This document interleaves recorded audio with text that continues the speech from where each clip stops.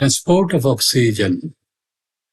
Transport of oxygen occurs by two mechanisms.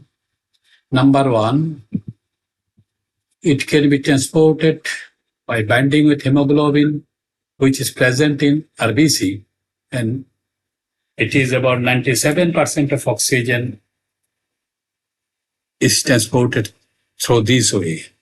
Another way is the about 3%, 2 to 3% of oxygen dissolved in blood plasma. Now, what is hemoglobin? Hemoglobin is an iron-containing protein present in RBC, which has the ability to bind with oxygen in the lungs and then carries it up to the tissues where it releases oxygen in the tissues. Now, how hemoglobin binds with oxygen? In the lungs, oxygen diffuses from air sac into the pulmonary capillaries because the partial pressure of oxygen is more in alveoli than pulmonary capillaries, where it binds with hemoglobin of RBC. And as a result, oxyhemoglobin is formed. The binding forms of oxyhemoglobin. What is oxyhemoglobin? It is a molecule where oxygen is loosely attached to the iron-containing heme groups of hemoglobin. This is the reaction which is reversible. Here, one Hb molecule combines with 4 oxygen molecule. As a result, oxyhemoglobin is from Hb4O2, which is a reversible reaction. Now, this oxyhemoglobin is carried by the hemoglobin throughout the body via circulatory system, and particularly in active tissue, where the partial pressure of oxygen is very low, causing oxyhemoglobin to diffuse from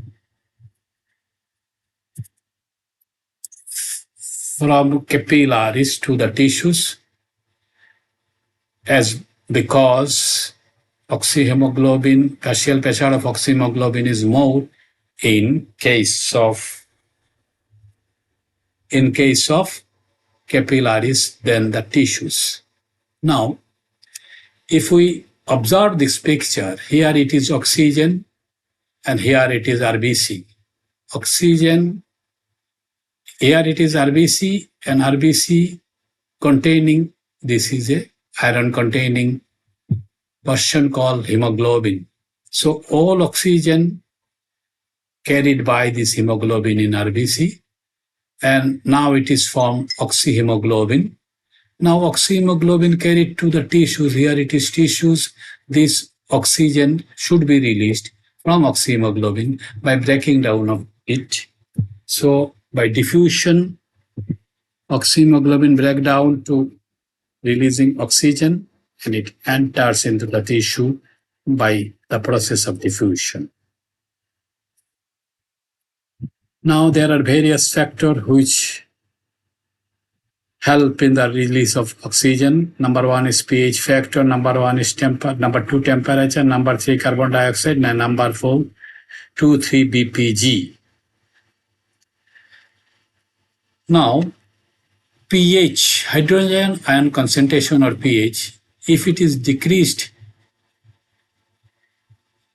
then it will help the oxygen release in the tissue where carbon dioxide level are higher.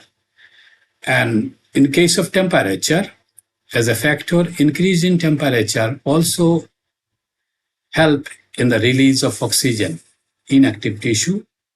At the same time, carbon dioxide level also help to promote the oxygen release. And last one is 2,3 BPG, biphosphate glycerate or biphosphate glyceric acid. So 2,3 biphosphate glyceric is a molecule produced in RBC, which binds to hemoglobin, decreasing its affinity for oxygen and promoting its release in the tissue. That means BPG is help in releasing the oxygen in tissues. Now, in the second process, it is dissolved oxygen. That means about 2 to 3% of oxygen dissolved in blood plasma. And these dissolved oxygen helps to maintain the oxygen partial pressure gradient that can help in diffusion of oxygen in the tissue. Now, how much oxygen is delivered in the tissues and on which it is dependent. So oxygen delivery to the tissue is dependent on both the arterial oxygen content, that means how much oxygen is present in arterial blood, and also cardiac input, that means how much blood is pumped by heart per minute. So in general, normal arterial oxygen content lies between 95% and 100%, and normal cardiac output is 4 to 5 liters per minute. So this is all about oxygen transport from the lungs to tissues. Thank